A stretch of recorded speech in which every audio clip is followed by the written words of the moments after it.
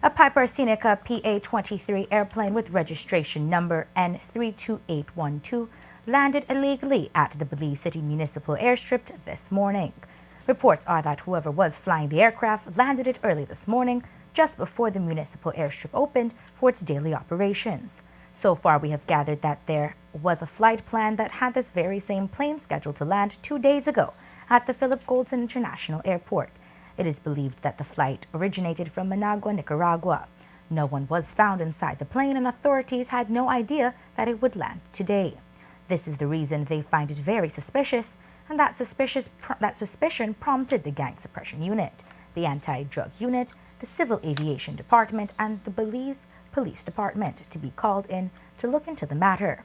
Commander of the GSU, Inspector Mark Flowers, was called out to the scene at around 10 o'clock, and he shared the information he had gathered.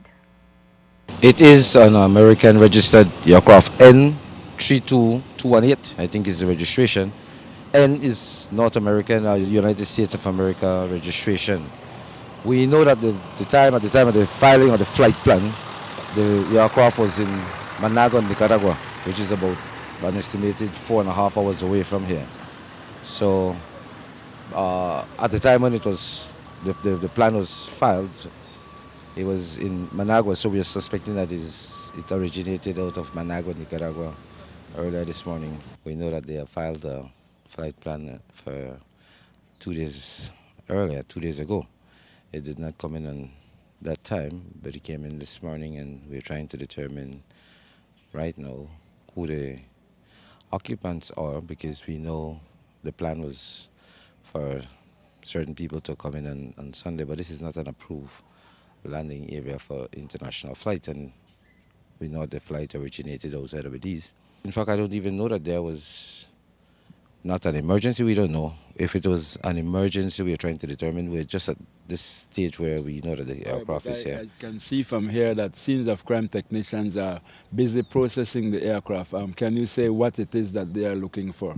Well, I have asked them to come in and to process the aircraft, and we are treating this as a crime scene, and for all intents and purposes, if at the end of the day we have other information to suggest that it was a legitimate landing, then that is so. But in the meantime, my own instincts are that we ought to take the necessary measures now before we do not have it. These evidence are oftentimes transient, in that it is there for a little while and may very well be gone by the time we realize that we need it. So I don't want to wait until it's too late. We want to do that now. But the plane does not show any signs of any crash landing?